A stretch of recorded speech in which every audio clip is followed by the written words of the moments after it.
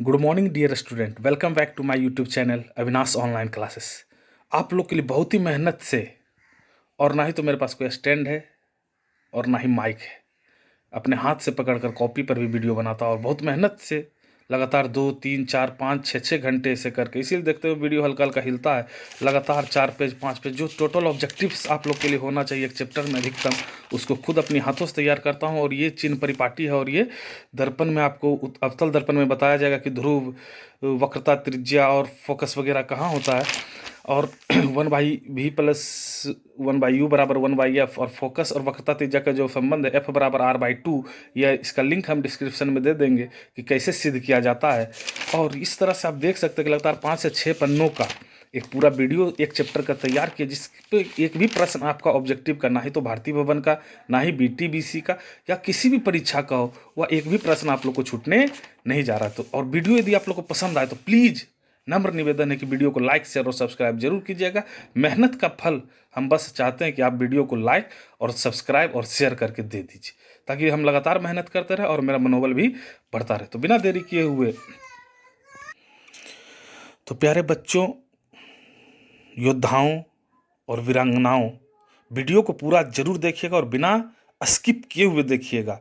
और यदि इसके अलावा भी मान लिया जाए, हर एक इंसान से कोई ना कोई छूट गलती होती है, कोई भी यदि प्रश्न बाकी रह जाता है तो उसे आप कमेंट बॉक्स में कर आप हमें पूछ सकते हैं। तो बिना देरी किए हुए वीडियो को यदि पसंद आए तो प्लीज़ मेहनत का फल सिर्फ यही दीजिए कि वीडियो को लाइक शेयर और सब्सक्राइब जरूर से जरूर कीजिए। तो बिना देरी किए हुए हम लोग सीधे वीडियो की ओर चलते हैं कि चंद्रमा किस प्रकार का वस्तु है। तो प्रदीप्त और अप्रदीप्त। प्रदीप्त क्या है? जिस वस्तु से प्रकाश उत्सर्जित होता है उसे हम प्रदीप्त कहते हैं, और जिससे उत्सर्जित नहीं होता उसे अप्रदीप्त। तो चंद्रमा का अपना प्रकाश नहीं होता है। चंद्रमा क्या है? तो दूसरे के प्रकाश से प्रकाशमान होता है।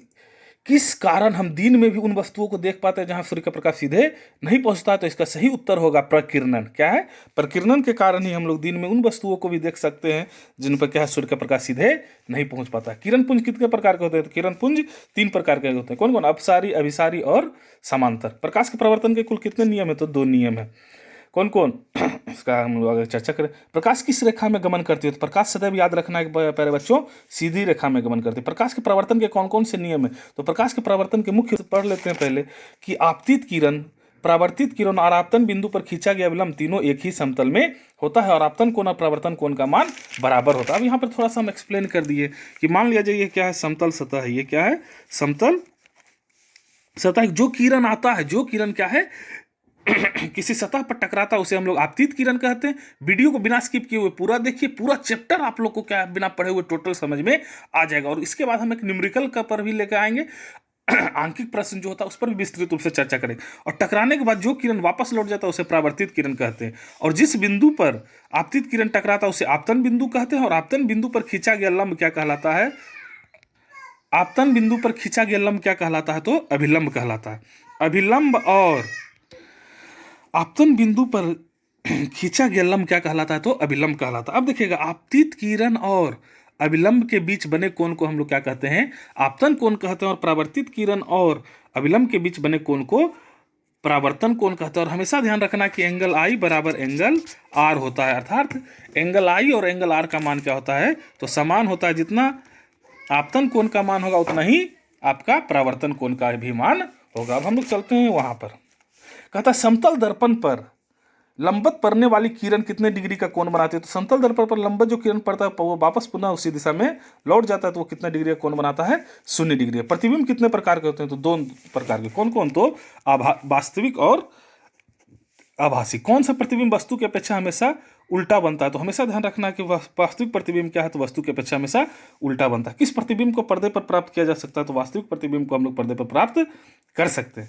ऑब्जेक्टिव से है ना और इसी से आप लोग का सब्जेक्टिव भी हल हो जाएगा, क्योंकि यदि जड़ मजबूत रहेगा तो आपका सब निश्चित रूप से पेड़ फल देगा ही देगा। यदि जड़ में ही दीमक लग जाएगा तो कोई उपाय नहीं है। तो ऑब्जेक्टिव भी, किसी भी अध्याय का वस्तुनिष्ठ प्रश्न बहुत भी महत्वपूर्ण होता है। कौन सा प्रतिबिंब वस्तु की अपेक्षा हमेशा सीधा प्राप्त होता है? तो आभासी प्रतिबिंब। किस दर्पण में वस्तु दूरी और प्रतिबिंब दूरी बराबर होता है? तो समतल दूरी। मान लेते दर्पण से हम 10 मीटर दूर रख रहे हैं तो हमारा प्रतिबिंब भी उस समतल दर्पण में 10 मीटर पीछे बनेगा। किस दर्पण द्वारा पार्श्व परिवर्तन होता है? तो समतल दर्पण द्वारा।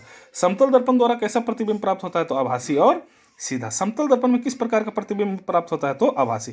किस दर्पण का उपयोग, वेरी वेरी इंपॉर्टेंट, किस दर्पण का उपयोग वाहन के साइड मिरर के रूप में किया जाता है? तो उत्तल दर्पण का उपयोग, क्योंकि उत्तल दर्पण का क्या होता है, दृष्टि क्षेत्र बहुत ही बड़ा होता है। उत्तल दर्पण में किस प्रकार का प्रतिबिंब बनता है? तो आभासी प्रतिबिंब बनता है। कैसा बनता है प्यारे बच्चों?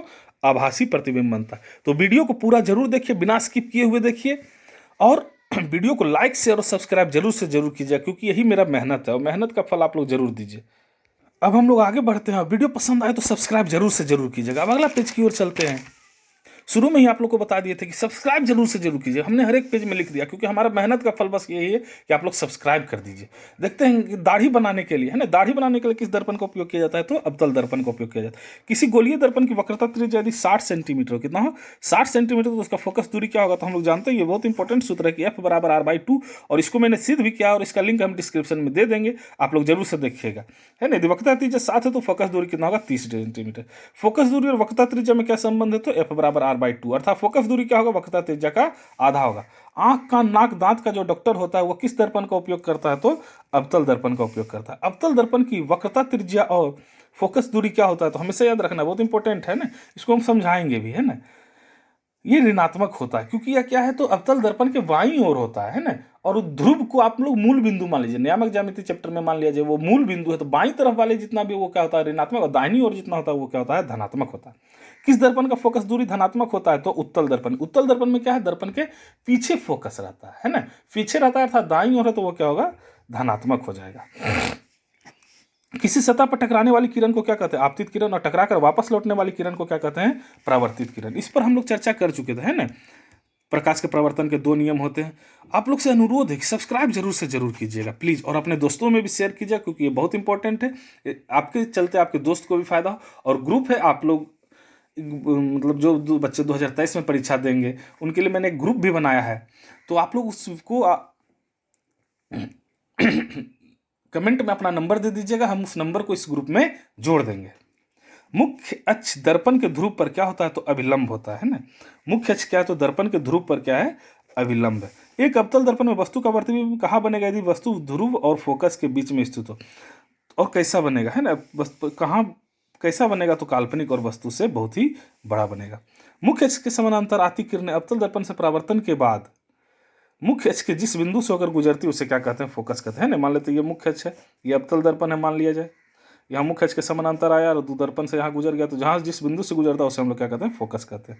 ध्रुव और फोकस के बीच की दूरी को क्या कहते हैं? तो ध्रुव मान लेते हैं, यहाँ ध्रुव है और ये फोकस, इन दोनों के बीच की दूरी को क्या कहते हैं? फोकस दूरी कहते हैं। किस दर्पण का दृश्य क्षेत्र? अभी बताए थे, क्योंकि क्या देखता है, आप लोग मोटरसाइकिल चलाते हैं तो क्या बहुत बड़ा क्षेत्र उसमें नजर आ जाता है साइड मिरर में, तो उत्तल दर्पण का प्रयोग किया जाता है और उसका दृश्य क्षेत्र बहुत ही बड़ा होता है। प्रकाश क्या है? प्रकाश एक ऊर्जा का पुंज है। आवर्धन m का ऋणात्मक मान बताता है वस्तु के सापेक्ष प्रतिबिंब उल्टा बनता है।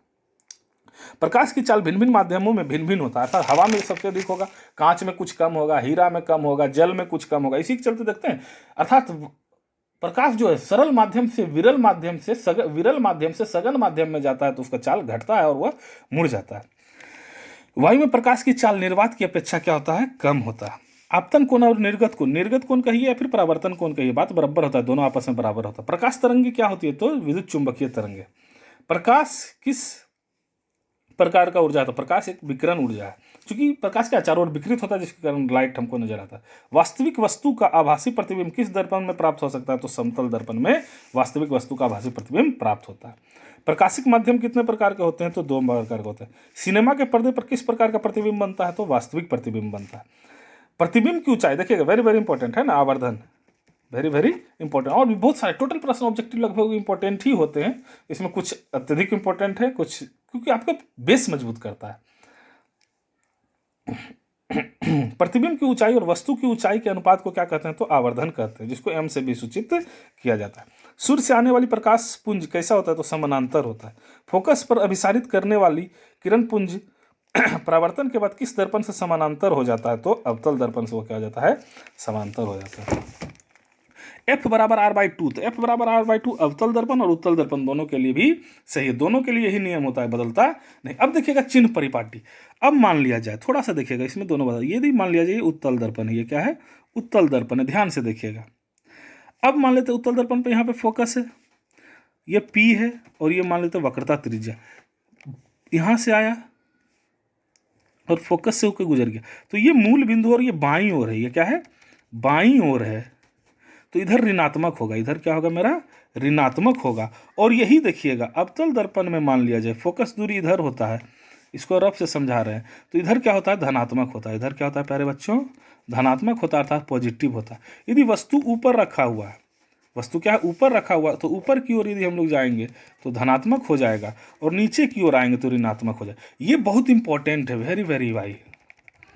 यदि ये आपको याद है तो समझिए कि आपको न्यूमेरिकल्स आंकिक प्रश्न बनाने में किसी प्रकार का कोई दिक्कत नहीं होगा। इसी में आपको एक लाइन हम और बताते हैं कि वस्तु दूरी हमेशा यू को यू से सूचित करता है, और ये हमेशा माइनस ही होता है, क्योंकि दर्पण कोई भी हो वस्तु हमेशा इसी साइड रहता है, और इस साइड है तो ये क्या होगा, ऋणात्मक, और इस साइड है तो आगे की ओर यदि जा रहा है तो वो धनात्मक होगा, ऊपर की ओर यदि वस्तु है तो धनात्मक, नीचे की ओर यदि प्रतिबिंब बन गया है तो वह ऋणात्मक ही होगा। ठीक, वस्तु दूरी हमेशा आपका क्या होगा, ऋणात्मक होगा। और इसी से देख लीजिए फोकस दूरी, फोकस पीछे बन रहा है, इधर बाईं ओर बन रहा है, तो ये क्या हो जाएगा, ऋणात्मक हो जाएगा। यदि यही देखिएगा उत्तल दर्पण का फोकस आगे है, अर्थात ध्रुव और फोकस के बीच की दूरी को फोकस दूरी कहते हैं, इसका क्या हो जाता है, धनात्मक हो जाता है। अब देखिएगा आगे अवतल दर्पण में, अवतल दर्पण में ये ध्रुव है और ये मान लिया जाए फोकस, और ये वक्रता त्रिज्या। समानांतर आती किरणें अवतल दर्पण में परावर्तन के बाद फोकस से होकर गुजरती है। ध्रुव और फोकस के बीच की दूरी को हम लोग फोकस दूरी कहते हैं। और यहाँ बताएं कि ये क्या ध्रुव है, अर्थात इसको मूल बिंदु मान लीजिए, और इधर बाईं ओर है तो ये क्या होगा, ऋणात्मक होगा, अर्थात अवतल दर्पण का वक्रता त्रिज्या और फोकस दूरी दोनों ऋणात्मक होता है, जबकि उत्तल दर्पण का क्या होता है, धनात्मक। वीडियो यदि पसंद आ रहा है बच्चों तो लाइक शेयर और सब्सक्राइब जरूर से जरूर कीजिए। अब मान लेते ये यहाँ पर आया उत्तल दर्पण टकरा कर, ये क्या होता है, फोकस पर से होकर गुजरता हुआ प्रतीत होता है, तब इसका फोकस दूरी क्या इधर है, इधर वक्रता त्रिज्या, तो ये दोनों क्या हो जाएगा, पॉजिटिव हो जाएगा, अभी बताए थे। क्योंकि क्या है, यह दाईं ओर बन रहा है, और दाईं ओर यदि बनेगा तो क्या होगा, वो पॉजिटिव होगा। दर्पण सूत्र very very important, 1/u + 1/v बराबर क्या होता है, 1/f। इस पर आधारित बहुत सारे न्यूमेरिकल्स है, इस पर हम लोग चर्चा करेंगे। आवर्धन का धनात्मक मान क्या बताता है, आवर्धन का धनात्मक मान आभासी प्रतिबिंब को बताता है। दो समांतर दर्पणों के बीच रखी गई वस्तु का कितना प्रतिबिंब बनेंगे, तो अनंत प्रतिबिंब। दो समतल दर्पण पर यदि किसी वस्तु को रख दिया, बहुत इंपॉर्टेंट है, तो कितना कितना प्रतिबिंब बन सकते हैं, तो अनंत प्रतिबिंब बनेंगे। किसी समतल दर्पण की फोकस दूरी का मान क्या होता है, तो अनंत होता है। वस्तु से छोटा और आभासी प्रतिबिंब किस दर्पण में बनता है, तो उत्तल दर्पण हमेशा आभासी प्रतिबिंब ही देता है। अवतल दर्पण द्वारा किस प्रकार का प्रतिबिंब, अवतल दर्पण द्वारा आभासी और वास्तविक दोनों प्रतिबिंब प्राप्त। आवर्धन का सूत्र क्या होता है, तो m = -v/u, अर्थात प्रतिबिंब की ऊंचाई बटा वस्तु की ऊंचाई। किसी समतल दर्पण का आवर्धन का मान कितना होता है, बहुत इंपॉर्टेंट है, +1। निर्देशांक चिन्ह परिपाटी में सभी दूरियां कहां से मापी जाती है, तो ध्रुव से, अभी चर्चा किए थे हम लोग। अवतल दर्पण से बनने वाला प्रतिबिंब वास्तविक प्रतिबिंब बड़े आकार का होता है जब वक्र वस्तु दर्पण के कहाँ पर स्थित हो, तो वक्रता केंद्र और फोकस के बीच में स्थित हो, तो वो क्या है, तो प्रतिबिंब बड़े आकार का बनता है। आगे हम लोग चलते हैं, किस दर्पण द्वारा वस्तु का सीधा प्रतिबिंब बनता है, तो सीधा प्रतिबिंब सिर्फ और सिर्फ समतल दर्पण और उत्तल दर्पण के द्वारा ही बनता है। उत्तल गोलीय दर्पण द्वारा कैसा प्रतिबिंब बनता है, तो उत्तल गोलीय आपको कंफ्यूज करने के लिए लगा दिया है, तो उत्तल दर्पण द्वारा सदैव आभासी प्रतिबिंब बनता है। वस्तु से बड़ा आभासी प्रतिबिंब किस दर्पण में प्राप्त होगा, तो अवतल दर्पण में। ऐसा पदार्थ जिससे होकर प्रकाश का कुछ भाग ही पार हो पाता है, जो आसानी से पार कर जाए उसे पारदर्शी, जिससे पार नहीं कर पाए उसे अपारदर्शी, जिसका कुछ भाग जैसे रक्त, पलक, आंख का पलक जो है उससे दूध वगैरह ये सब क्या हो गया, पारभासी पदार्थ हो गया था, छोटे से भाग को प्राप्त होता है। वस्तु से छोटा और आभासी प्रतिबिंब, तो प्रतिबिंब किस दर्पण से बनता है, सॉरी यहाँ देखिए गलत थोड़ा सा लिख दिए थे, है ना, तो उत्तल दर्पण द्वारा, है ना, उत्तल दर्पण द्वारा हमें क्या है, तो आभासी प्रतिबिंब प्राप्त होता है। किस दर्पण द्वारा आभासी प्रतिबिंब प्राप्त होता है, तो आभासी प्रतिबिंब ध्यान रखिएगा समतल, अवतल और उत्तल तीनों से प्राप्त होता है ना, तीनों से क्या है प्यारे बच्चों, तो आभासी प्रतिबिंब प्राप्त होता है। किस वस्तु को अवतल दर्पण के वक्रता केंद्र पर रखा हो तो प्रतिबिंब कहाँ बनेगा, तो प्रतिबिंब वक्रता केंद्र पर बनेगा, वास्तविक बनेगा, उल्टा और वस्तु के बराबर बनेगा, है ना। यदि वीडियो आप लोग को पसंद आ रहा है तो पूरा देखिए, बिना स्किप किए हुए देखिए, और वीडियो को लाइक शेयर और सब्सक्राइब जरूर से जरूर कीजिए। अवतल दर्पण का फोकस किसे कहते हैं, किसी दर्पण का फोकस देखिए उसके मुख्य अक्ष के समानांतर आती किरणें प्रकाश से परावर्तन के बाद जिस बिंदु से होकर गुजरती है उसे हम लोग क्या कहते हैं, तो फोकस कहते हैं। अवतल दर्पण में वस्तु से छोटा और आभासी प्रतिबिंब किस दर्पण से प्राप्त होता है, तो उत्तल दर्पण से प्राप्त होता है, सॉरी उत्तल दर्पण। अवतल दर्पण में कहाँ पर वस्तु रखने पर प्रतिबिंब फोकस पर बनता है। तो अनंत पर यदि हम लोग अवतल दर्पण के वस्तु को रखेंगे तो उसका कहाँ पर बनेगा, प्रतिबिंब फोकस पर। गोलीय दर्पण का मुख्य अक्ष क्या है, तो गोलीय दर्पण में ध्रुव से वक्रता केंद्र को मिलाने वाली सरल रेखा को हम लोग क्या कहते हैं, मुख्य अक्ष कहते हैं। अर्थात देखिए ये ध्रुव है मान लिया जाए, है ना, और ये मान लिया वक्रता केंद्र है, ये फोकस है, इसको मिलाने वाली सरल रेखा को हम लोग क्या कह देते हैं, मुख्य अक्ष कहते हैं। गोलीय दर्पण कितने प्रकार होते हैं, 2 प्रकार के, अवतल दर्पण और उत्तल दर्पण। इसके अलावा भी प्यारे बच्चों आप लोग को यदि किसी भी प्रकार का कोई परेशानी हो तो हमें कमेंट बॉक्स में करके लिखें और वीडियो उसका हम सॉल्यूशन आप लोग को जरूर से जरूर देंगे। यदि वीडियो पसंद आता है तो लाइक शेयर और सब्सक्राइब जरूर से जरूर कीजिएगा, क्योंकि हमारे मेहनत का फल यही है और मेहनत का फल देना नहीं भूलिएगा। आप लोग से अनुरोध है कि वीडियो को सब्सक्राइब जरूर से जरूर करें। धन्यवाद।